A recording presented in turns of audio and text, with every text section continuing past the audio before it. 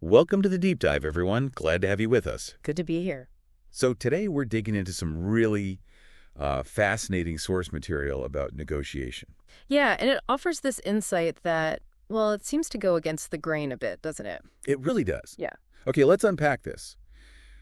The source basically suggests that in a negotiation, your main aim isn't, showing off how smart or in control you are. Right. It's actually about helping the other person lower their guard.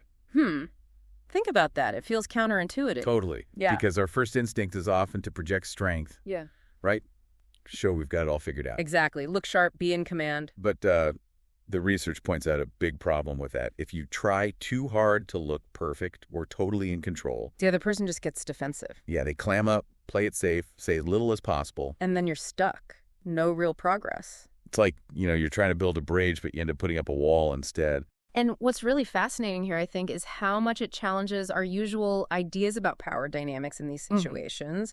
We tend to think, asserting dominance, having that really strong position, that's how you win. That's the common wisdom, yeah. But this material, it suggests that's actually maybe the biggest roadblock. It can turn what could be a problem-solving session into just a fight. An adversarial standoff, definitely. So if that approach, the being in control thing, backfires, what does the source say works instead? Well, it suggests something that sounds almost deceptively simple. Okay. Staying calm, genuine, and approachable. Calm, genuine, approachable. Okay. That sounds, Nice.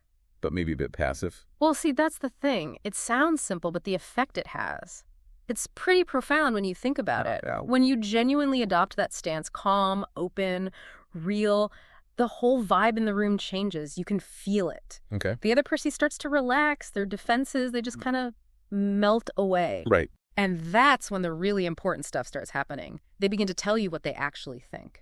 Not just the surface level points. No, much deeper. Their real motivations, what they actually prioritize, maybe even, their fears or constraints they're working under that weren't obvious before. Ah, the hidden information. Exactly. And that's the gold, right? That's what you need for any kind of creative, workable solution. It gets you past just arguing positions. And that leads right into the core aha moment Yeah. from this material, doesn't it? Yeah, lay it out. It's this, the real negotiation. It doesn't start when you finally wrestle control of the conversation.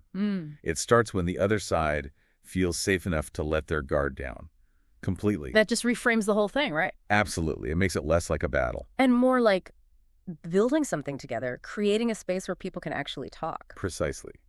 But I can hear people thinking, okay, if I'm too open, too approachable, don't I risk looking weak? Won't they just take advantage? That's a fair question. It's a common worry for sure. So what does the source say about that? It's pretty clear this isn't about being a doormat or, naive. It's strategic. Think of it as strategic vulnerability. Okay, strategic vulnerability. Like a different kind of strength. Exactly. By creating that psychological safety, you're not just showing your cards, you're building the trust needed for them to show theirs. Ah, so it encourages reciprocity. Yes. And often, true influence comes from being the one who disarms first.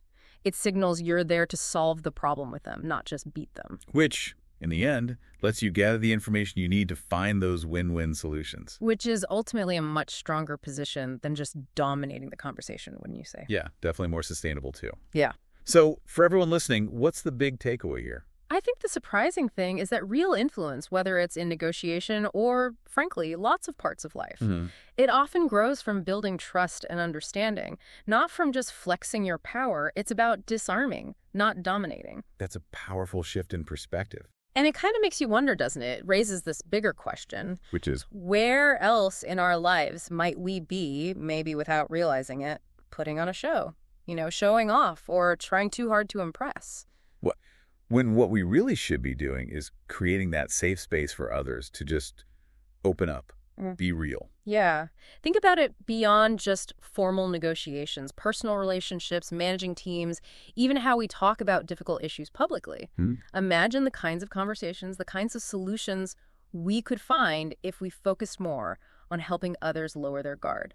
That's definitely something to chew on. A really powerful idea is letting go of that need for control, actually the key to gaining more influence and getting better results. Something to reflect on. Absolutely. Thanks for joining us for this deep dive today.